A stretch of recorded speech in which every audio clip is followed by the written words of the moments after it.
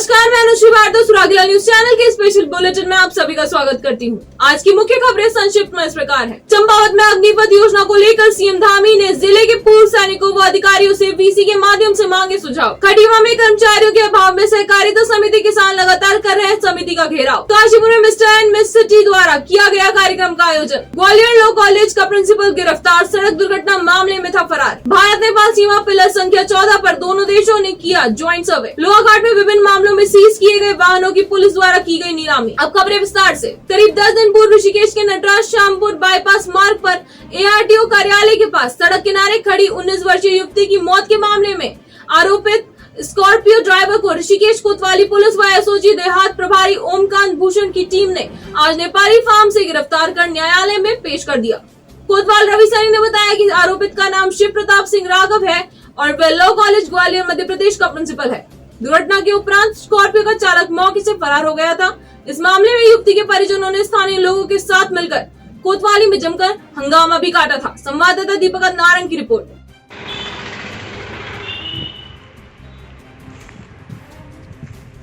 9 तारीख को करीब 3 बजे करीब खानगांव बाईपास रोड पे एक्सीडेंट हुआ था, जिसमें छात्रा ईशा डोभाल की मौत हो गई थी अगले दिन दौरान उपचार एम्स में।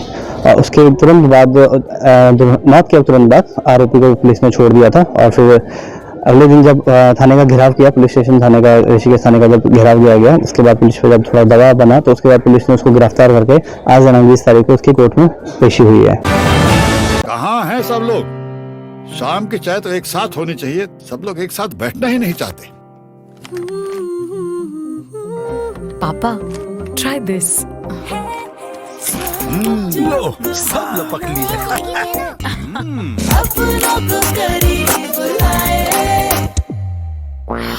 ये क्या हाल कर दिया है रूम का? बस कल से चाय? कल से चाय मेरे रूम में। देवरपान नमकीन अपनों को करीब लाए। काशीपुर में मिस्टर एंड मिस सिटी द्वारा बाजपुर रोड स्थित एक होटल के सभागार में कार्यक्रम का आयोजन किया गया, जिसमें मिस्टर एंड मिस सिटी के सदस्य और बॉलीवुड अभिनेता कुंवर अजीत शाही ने बताया कि उत्तराखंड के शहरों में उनकी संस्था द्वारा प्रतिभाओं का चयन किया जा रहा है, जिसमें कोई शुल्क नहीं लिया जाएगा। उन्होंने बताया कि आगामी 3 जुलाई को काशीपुर में एक आयोजन किया जाएगा, जिसमें mister and miss director Shri धर्म कुमार और श्री संगीत कौशिक बॉलीवुड अभिनेता आदि मौजूद रहेंगे। उन्होंने कहा कि उनके द्वारा एक मेगा इवेंट का आयोजन भी किया जा रहा है। और छोटे छोटे जो आपके हिंदुस्तान में शहर है, नोएडा, दिल्ली NCR मेन जो हमने एक हमारा स्ट्रेंथ ऑफ हब है वो दिल्ली में ही हम शो करते हैं। जसपुर कोतवाली क्षेत्र के भोगपुर डैम के पास पुराने विवाद को लेकर दो पक्षों में जमकर लाठी डंडे और धारदार हथियार चले, जिसमें दोनों पक्षों के 2 लोग गंभीर रूप से घायल हो गए, जिन्हें उपचार के लिए सामुदायिक स्वास्थ्य केंद्र लाया गया। दोनों ही पक्षों ने मुकदमा दर्ज कर जांच की मांग की है। संवाददाता दीपक चौहान की रिपोर्ट। क्या नाम तेरा? रंजिश को चलते से झगड़ा हो गया था, जिस कारण दोनों पक्षों ने एक दूसरे पर घातक हमला कर दिया था, जिस कारण दोनों पक्षों में से कुछ लोग घायल हैं और इसमें दोनों पक्षों की तरफ से क्रॉस FIR लिखा दी गई है और जिसमें इन्वेस्टिगेशन जारी है। केंद्रीय संचार ब्यूरो नैनीताल की ओर से 21 जून को रुद्रपुर काशीपुर हाईवे स्थित यूनिटी लॉ कॉलेज में अंतर्राष्ट्रीय योग दिवस के उपलक्ष्य में एक कार्यक्रम का आयोजन किया जा रहा है। इस कार्यक्रम में योग के महत्व के बारे में जागरूकता के अलावा सांस्कृतिक कार्यक्रम भी प्रस्तुत किए जाएंगे। संवाददाता दुर्गेश तिवारी की रिपोर्ट। जैसा कि पता है कि हर वर्ष 21 जून को अंतर्राष्ट्रीय योग दिवस मनाया जाता है। ये हमारे प्रधानमंत्री माननीय श्री नरेंद्र मोदी जी के पहल स्वरूप ये हुआ है। 2014 में UN जनरल असेंबली में उन्होंने आह्वान किया था, उसी साल दिसंबर में इसे अप्रूव किया गया और 2015 से ये पूरे विश्व में मनाया जा रहा है। जनपद उधम सिंह नगर के खटीमा कंचनपुरी मझोला में दीर्घाकार बहु सहकारिता समिति में कर्मचारियों के अभाव के चलते काम समय पर न होने के कारण आक्रोशित किसानों ने सहकारी समिति के अध्यक्ष का घेराव किया। किसानों ने आरोप लगाया कि कर्मचारियों के अभाव के कारण सोसाइटी में उनका काम समय पर नहीं हो रहा है। धान लगाने का समय है और किसानों को खाद समय से नहीं मिल रही है और पैसे का लेन देन भी समय पर नहीं हो पा रहा है। समिति में कर्मचारियों के अभाव के कारण कुर्सियां खाली पड़ी हुई हैं। संवाददाता गुरदीप सिंह की रिपोर्ट।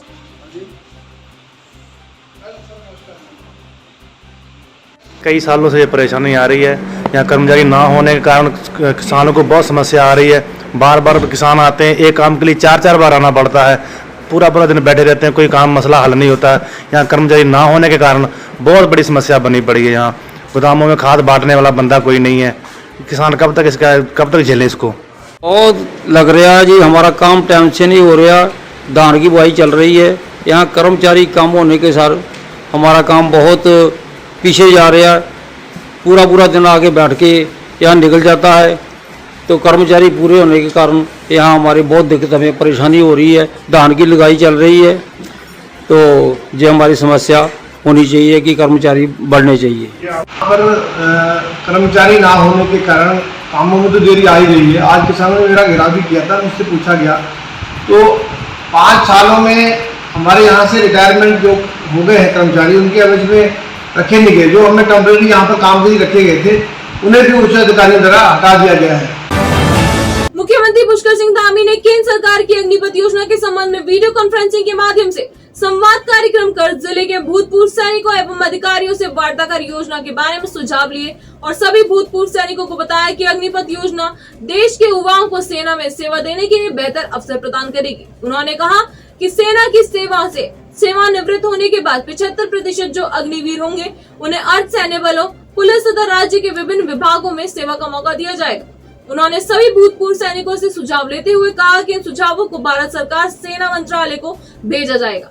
संवाद कार्यक्रम में चंपावत के जिलाधिकारी नरेंद्र सिंह भंडारी व पुलिस अधीक्षक देवेंद्र पीछा सहित कई पूर्व सैनिक व अधिकारी मौजूद रहे। संवाददाता लक्ष्मण सिंह बिष्ट की रिपोर्ट। सर इनका ये कहना है कि जो भर्तियां हुई है, जिनका सब कुछ हो गया, उनको सीधे अग्निवीर। ये अग्निपथ जो योजना चला रखी है केंद्र सरकार ने या राज्य सरकार जो भी है, ये बहुत अच्छी है, सराहनीय है। जो हमारे नव युवक हैं वो उनको हर एक को रोजगार मिलेगा। जो भी 4 साल तक वो नौकरी करेगा उसको 30 से 40 हजार पेंशन नहीं था, वेतन मिल रहा है। और जब वो 4 साल के बाद आ जाता है तो उसको 12 लाख रुपया उसको पैकेज दिया जा रहा है, जिससे कि अपना वो रोजगार अच्छी प्रकार से कर सकता है। और आगे जो 25% वहाँ रखेंगे आर्मी में, वो जो है तो अपना आगे का जो भी चीज़ है, अफसर बनेंगे, कोई क्लर्क बनेगा, कोई ड्राइवर बनेगा, कोई कुछ बनेगा, वो हर साल होते रहेगा। 75% जो भी यहाँ पर घर भेज देंगे वो पुलिस में, असम राइफल में, ITBP में, BSF में, अनेक केंद्र सरकार के उसमें योजना में उनको आरक्षण दिया जाएगा। ये बहुत अच्छी सराहना है मोदी जी की। खटीमा मेला घाट भारत नेपाल सीमा पिलर संख्या 14 पर 2 बार दोनों देशों के अधिकारियों की वार्ता विफल होने के बाद अब तीसरी बार दोनों देशों के संयुक्त अधिकारियों ने बॉर्डर पर संयुक्त निरीक्षण किया और नो मैंस लैंड भूमि विवाद पर लगे हुए पिलर की जांच की। इस दौरान SSB उप निरीक्षक वन क्षेत्र अधिकारी खटीमा, नेपाल के कृषि राज्य मंत्री मान बहादुर सुनार आदि मौजूद रहे। संवाददाता गुरदीप सिंह की report.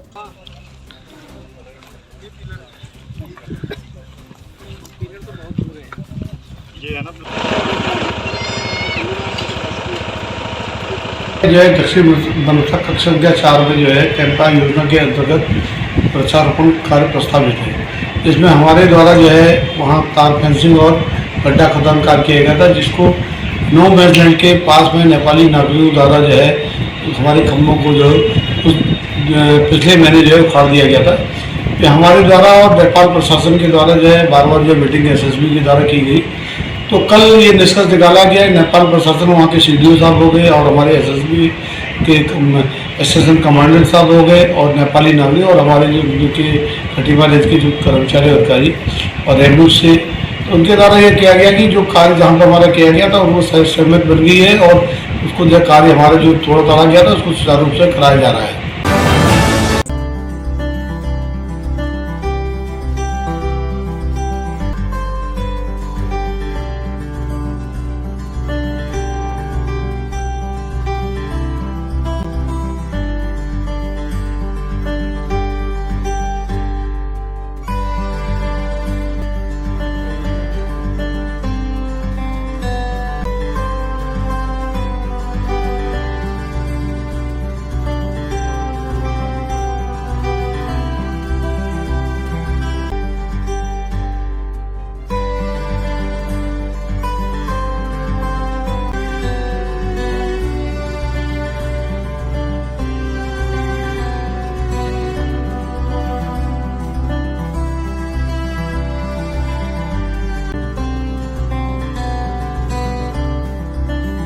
Lions club Kashipur city के वर्तमान अध्यक्ष सुरेश शर्मा वर्ष 2022-23 के लिए भी दोबारा अध्यक्ष चुने गए।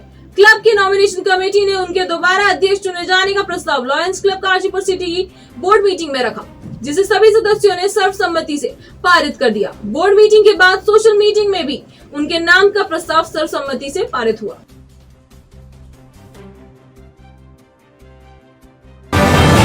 चंपावत जीएम नरेंद्र सिंह भंडारी ने योग सप्ताह के पहले दिन आयोजित योग कार्यक्रम के तहत पुलिस लाइन चंपावत से गौरल चोर मैदान तक आयोजित दौड़ को हरी झंडी दिखाकर रवाना किया।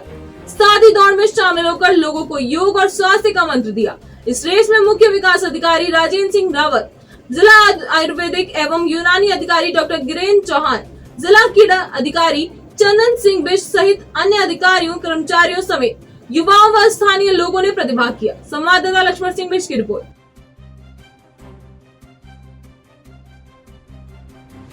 नेशनल योगा दिवस जो 2022 है उसमें जैसे एक सप्ताह योग चल रहा है, तो आज 20 जून को 7 से 8 बजे तक रन फॉर योगा भी कराया गया, जिसमें काफ़ी लोगों ने उत्साह में प्रतिभाग किया है। और यहाँ पे पुलिस लाइन से गौरल चौर तक फिटनेस और योगा का मंत्र देते हुए दौड़ कराई गई। और कल सभी चंपावत वासियों से अनुरोध है कि गौरल चौड़ में आके अधिक से अधिक योग दिवस में प्रतिभाग करें। धन्यवाद।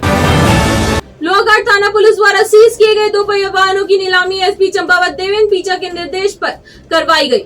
एसडीएम रिंकू बिश्वा आरटीओ की निगरानी में करवाई गई नीलामी में बोली लगाने के लिए बड़ी संख्या में क्षेत्र के लोग पहुंचे। इस दौरान 10 2 पहिया वाहन व 2 कारें नीलाम की गई। संवाददाता लक्ष्मण सिंह बिश की रिपोर्ट। 25,001